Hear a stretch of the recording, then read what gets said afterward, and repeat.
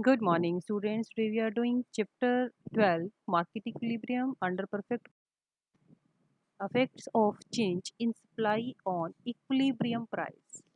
कि अगर जो सप्लाई में जो चेंजेस हो रहे हैं तो इक्विलिब्रियम प्राइस पर उसका क्या इफेक्ट पड़ेगा, डायग्राम पे देखिएगा।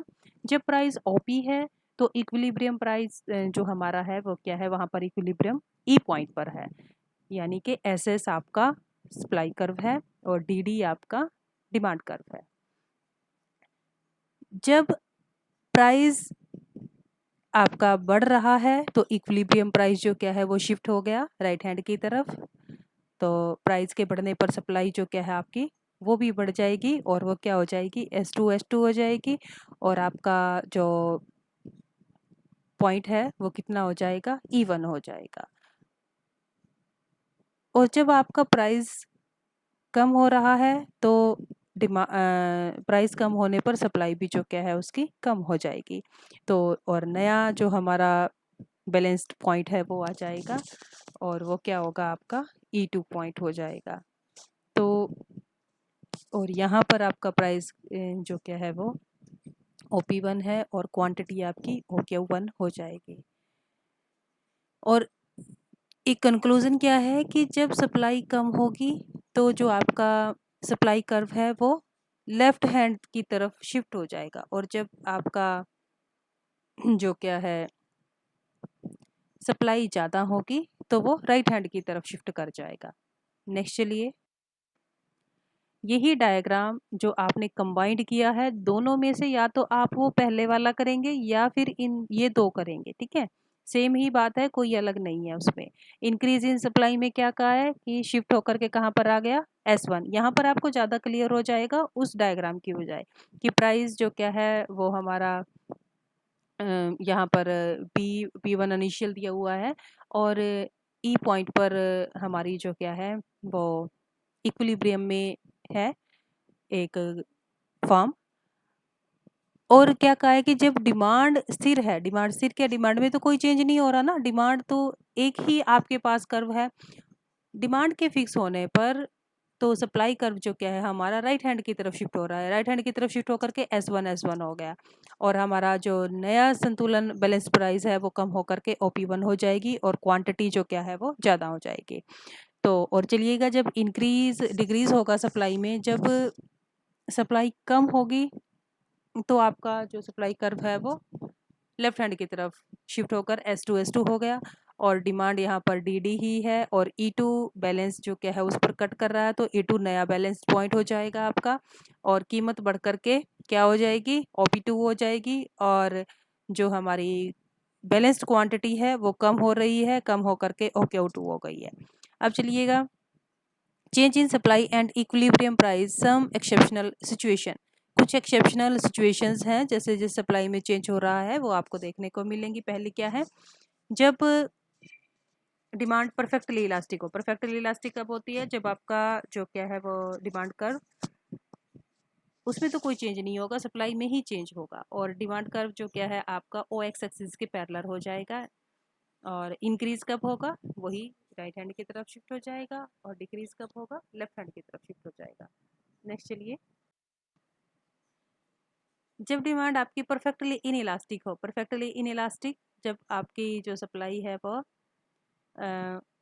डिमांड में तो कोई भी चेंज नहीं होगा, वो OY एक्सिस के पैरेलल हो जाएगी, चाहे इंक्रीज हो चाहे डिक्रीज हो। और वही सिचुएशन रहेगी कि सप्लाई कर्व राइट हैंड की तरफ शिफ्ट हो जाएगा बढ़ने पर और कम होने पर लेफ्ट हैंड की तरफ। आगे चलेंगे, simultaneous change in demand and supply in equilibrium price, कि अगर डिमांड में और सप्लाई में हो तो इक्विलिब्रियम प्राइस पर क्या अफेक्ट पड़ेगा। पहला देखिएगा,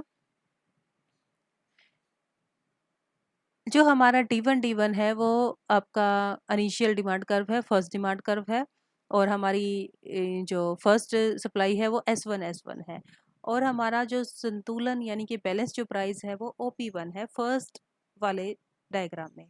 अब चलिएगा, OQ1 आपकी यहाँ पर बैलेंस्ड क्वांटिटी है। जब डिमांड बढ़ जाती है तो नया डिमांड कर्व क्या हो जाएगा, D2 हो जाएगा और सप्लाई भी जो क्या है बढ़ करके S2 हो जाएगी। तो यानी कि आपने इसमें डायग्राम को ही एक्सप्लेन करना है और इसमें कहा कंक्लूजन क्या है इसका कि जब डिमांड जो क्या है सप्लाई की तुलना में ज़्यादा बढ़ती है तो हमारा बैलेंस जो प्राइस है और जो हमारी बैलेंस्ड क्वांटिटी है वो दोनों बढ़ेंगी। देखिए सप्लाई कम बढ़ रही है ना, यहाँ पे सप्लाई में देखो कितना कम गैप है और डिमांड में कितना ज़्यादा है। दूसरे पे चलेंगे, दोनों में इक्वल गैप देखने को मिल रहा है आपको, ठीक है। ये सप्लाई में भी और डिमांड में भी दोनों में बराबर में इंक्रीमेंट हो रहा है, ठीक है। ना तो आपका जो बैलेंस प्राइस है वो कोई बढ़ेगा और ना ही आपकी क्वांटिटी जो क्या है वो बढ़ेगी। नेक्स्ट है आपका थर्ड, यहाँ पर सप्लाई में ज़्यादा डिफरेंस आ रहा है एज कंपैरिजन टू डिमांड। तो इसमें क्या है कि जब सप्लाई डिमांड के कंपैरिजन में ज़्यादा होती है तो बैलेंस्ड जो प्राइस है वो कम हो जाता है और जब हमारा और जो हमारी बैलेंस्ड क्वांटिटी है वो बढ़ जाएगी। नेक्स्ट चलेंगे simultaneous change decrease in demand and supplies. Demand और सप्लाई में एक साथ अगर कमी हो जाए, ये तो बढ़ने पर तो कमी होगी तो क्या होगी, वही तीन कंडीशंस होंगी, ठीक है। कि पहले में आपका देखिए डिमांड में वही सेम है, बस इनकी जो एक्सप्लेनेशन है वो चेंज हो जाएगी थोड़ी सी। कि जब मांग जो हमारी डिमांड है और जो सप्लाई है उसकी कंपैरिजन में अधिक मतलब यानी कि ज़्यादा कम होगी, यानी कि डिमांड जो क्या है वो ज़्यादा बढ़ेगी और सप्लाई कम होगी तो बैलेंस प्राइस भी हमारा कम हो जाएगा और जो हमारी क्वांटिटी है वो भी कम हो जाएगी। आगे चलिएगा, जब डिमांड और सप्लाई में एक जैसी इक्वल डिक्रीमेंट हुई है, यानी कि जितना डिमांड कम हुई उतनी ही सप्लाई कम हुई, तो कोई भी चेंज नहीं होगा, बैलेंस प्राइस वही का वही रहेगा, ठीक है। और जो बैलेंस क्वांटिटी है वो कम हो जाएगी जितना प्राइस कम हुआ है। नेक्स्ट चलिएगा, लास्ट में देखिए डिमांड और सप्लाई में जो क्या है चेंज आपको दिख रहा है, डिमांड में कम है एज कंपैरिजन टू सप्लाई। तो जब डिमांड और सप्लाई दोनों में कमी हो रही है पर जो सप्लाई है वो डिमांड की कंपैरिजन में ज़्यादा होती है तो जो बैलेंस प्राइस है वो बढ़ जाएगा और क्वांटिटी जो क्या है उसकी कम हो जाएगी, यानी कि प्राइस बढ़ जाएगा और उसकी जो क्वांटिटी आ रही है मार्केट में वो कम हो जाएगी। Thank you. So this is all about this topic, so you have to revise it and also note down in your notebooks.